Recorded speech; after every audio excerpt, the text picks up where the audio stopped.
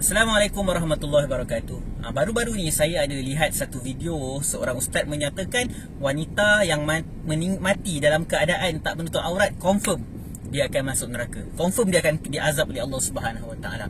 Pertama sekali berkaitan menutup aurat, Al-Imam Ibn Hajar Al-Haytami dalam kitabnya Az-Zawajir memasukkan ia dalam kategori dosa besar. Jadi dosa membuka aurat ni bukanlah dosa-dosa yang kecil menurut beliau, dia adalah dosa yang besar. Kerana apa? Dalam sebuah hadis yang sahih dari Imam Muslim, Nabi SAW bersabda, dua golongan daripada penghuni neraka yang belum pernah aku melihatnya. Jadi salah satu yang disebutkan itu adalah wanita-wanita yang berpakaian tetapi telanjang. Kata Nabi SAW, mereka tidak akan dapat masuk syurga dan tidak akan dapat menghidu baunya, walaupun bau syurga dapat dihidu daripada jarak perjalanan yang jauh. Jadi hadis ni menerangkan tentang kedudukan wanita yang berpakaian tapi bertelanjang. Boleh jadi pakaian dia nipis, boleh jadi pakaian dia ketat dan semisalnya.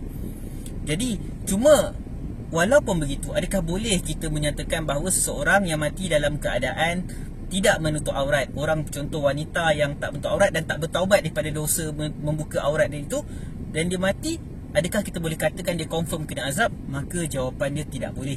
Jawapannya tidak boleh, kerana akidah Ahlussunnah wal Jamaah, kita berpegang bahawa seorang orang yang beriman yang mati dalam keadaan dia melakukan dosa besar dan dia tidak bertaubat lagi, belum bertaubat lagi daripada dosa besar tersebut, kedudukannya adalah berada di bawah masyiatullah, kehendak Allah Subhanahu Wa Taala. Kalau Allah nak, Allah Subhanahu Wa Taala akan hukum dia dengan keadilan Allah, dan kalau Allah Subhanahu Wa Taala nak, Allah Subhanahu Wa Taala akan ampuni dia. Apakah dalil dia? Apakah dalil dia? Kita lihat dalam Al-Quran, Allah Subhanahu Wa Taala sebut, Innallaha la yaghfiru an yushraka bihi wa yaghfiru ma duna dzalika liman yasha. Sesungguhnya Allah Subhanahu Wa Taala tidak akan mengampuni dosa mensyirikkannya. Wa yaghfiru ma duna dzalika liman yasha. Dan Allah Subhanahu Wa Taala akan mengampunkan dosa-dosa yang selain daripada syirik bagi sesiapa yang dia kehendaki. Ayat ini merujuk kepada orang yang mati dalam keadaan tidak bertaubat lagi daripada dosa-dosanya. Sebab kalau orang yang bertaubat hatta dosa syirik pun, Allah Subhanahu Wa Taala akan ampuni dosa tersebut. Jadi ayat surah An-Nisa ayat 48 ni merujuk pada orang yang tak bertaubat.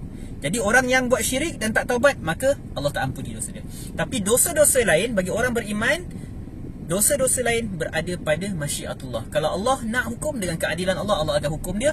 Kalau tak, Allah akan ampuni dia dengan rahmat Allah yang sangat meluas.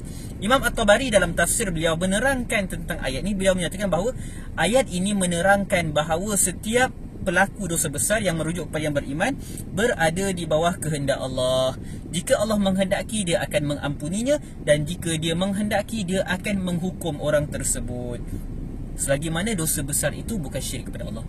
Jadi kita dalam kita melakukan amar ma'ruf nahi mungkar, kita nak menasihati saudara-saudara kita, berhati-hati perkataan kita. Jangan kita melampaui batas. Jangan kita mengambil kerja Allah sampai kita boleh kata confirm dia kena azab. Confirm orang yang mati minum arak kena azab. Confirm orang yang berzina tak bertaubat mati kena azab. Kita tak berhak cakap macam tu. Kita tak berhak bercakap itu. Bahkan perkataan kita itu bercanggah dengan pendirian akidah Ahlussunnah wal Jamaah. Jadi itu saja sekadar untuk kita islah dan memperbaiki sesama Islam. Jadi kita cubalah jaga kata-kata kita dalam masa sama. Janganlah kita sampai tidak melakukan amar ma'ruf nahi munkar. Menasihati sesama Islam dan doakan kebaikan untuk saudara-saudara kita. Assalamualaikum warahmatullahi wabarakatuh.